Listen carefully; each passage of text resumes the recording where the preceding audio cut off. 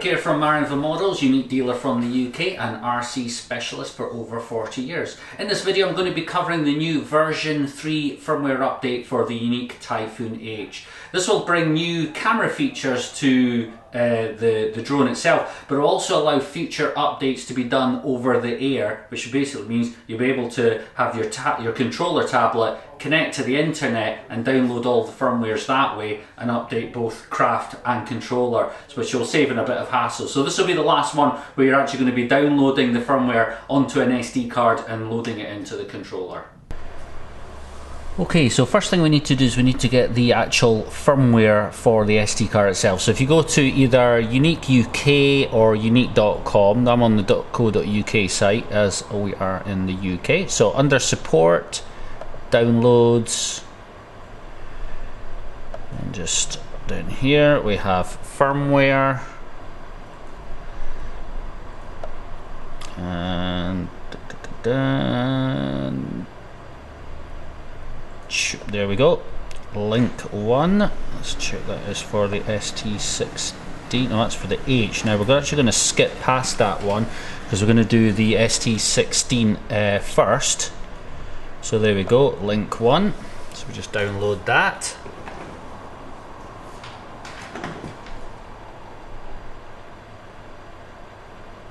Now that's going to take a few minutes to download, so I'm just going to split the video. There's no sense in watching that for 10 minutes. Okay, so once you've downloaded it, as I'd actually already downloaded it already, I've actually cancelled the download, but wherever it downloads to, it would probably most likely be your downloads. I've actually got this on my desktop just now, and what we want to do first of all is put your blank SD card into your SD card reader. So in my case it's in removable disk H. Best thing to do, format before you start. Now if you have any problems with this and you're on a Mac, it's worth doing it on a PC. Don't ask me why, but Macs seem to struggle to format properly. So that's that done, and then what we do is we just drag it to the disk, let that copy across.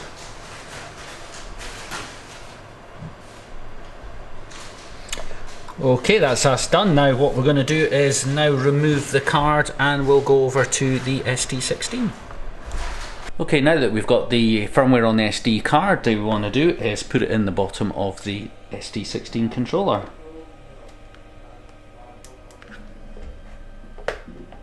There we go. Now what we want to do is go into System Settings, go into About Controller and click on the Update. Okay.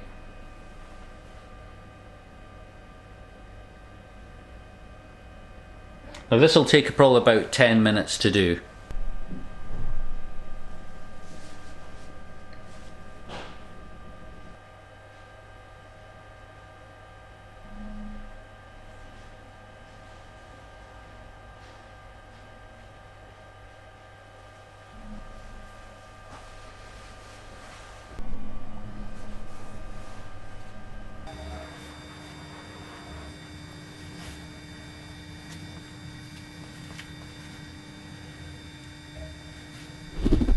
Now the next thing we want to do is we're going to go into the pad, click on the apps, click on settings, click on apps, scroll twice, then we want to scroll down to flight mode.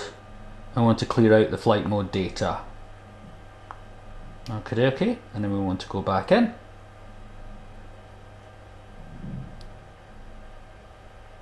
And then back to our welcome screen. Okay, and click on English again. Go into System Settings, Camera Select. Just ensure that the CO3 Pro is selected. If not, just select it. Click on OK. Then go into Bind. And you'll now see the CO3 camera has now come into view, so we just want to click on that and bind. I'll ask for a password, and the password, as always with Yuneec, is just 1234567890. Click on OK. We'll just let the flight controller connect.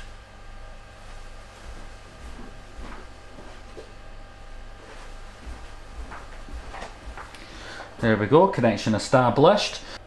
Now the first thing we need to do is we need to go into model select and select the model we're going to be setting everything up. So obviously we're going to be clicking on Typhoon H. Okay, for the next part we need to put the craft into bind mode. So the simple way that you do that is you just tilt it forward twice over 45 degrees. So let's go 1, 2, and then you'll now see we have a flashing LED, a flashing orange LED on the back. Okay, so back to the controller, we just click on refresh, and you'll now see that the craft has now appeared in the model list, and we just click on bind, syncing model data, established OK, back to the start, and as you can now see we now have full picture and full telemetry coming from the craft, and the craft is now bound to the controller. Okay, so now for the craft update. So what we need to do is click on System Settings. Now remember, although we're not going to need an update file on the SD card, we do need to have a empty SD card on the Seagull 3 to download the update to.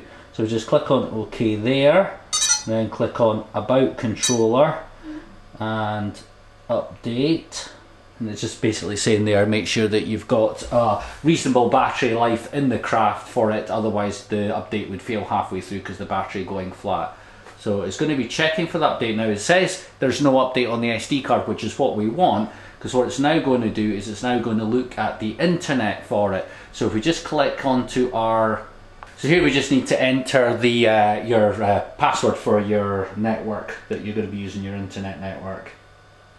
So once you've got your password in, just press OK, and that's now going to connect to Wi-Fi. What this means is that all our subsequent updates will all be done over the internet.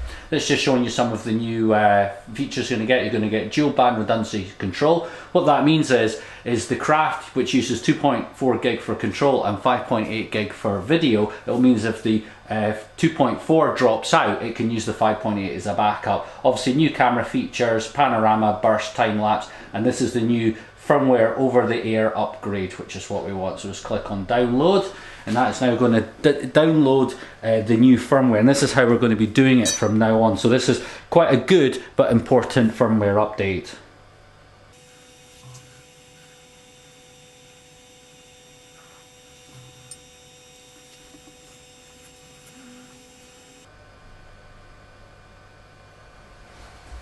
Now it's just connecting to the camera and it's now initializing.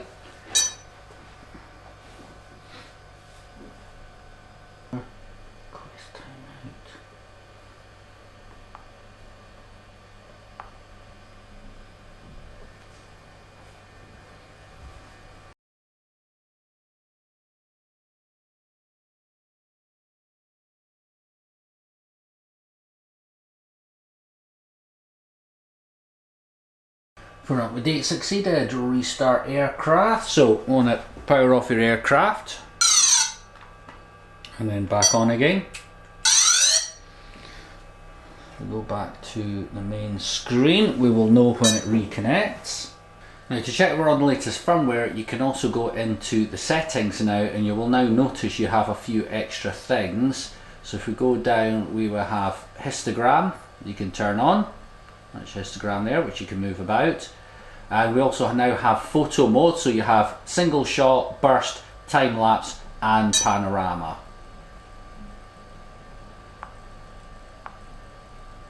I'll just put.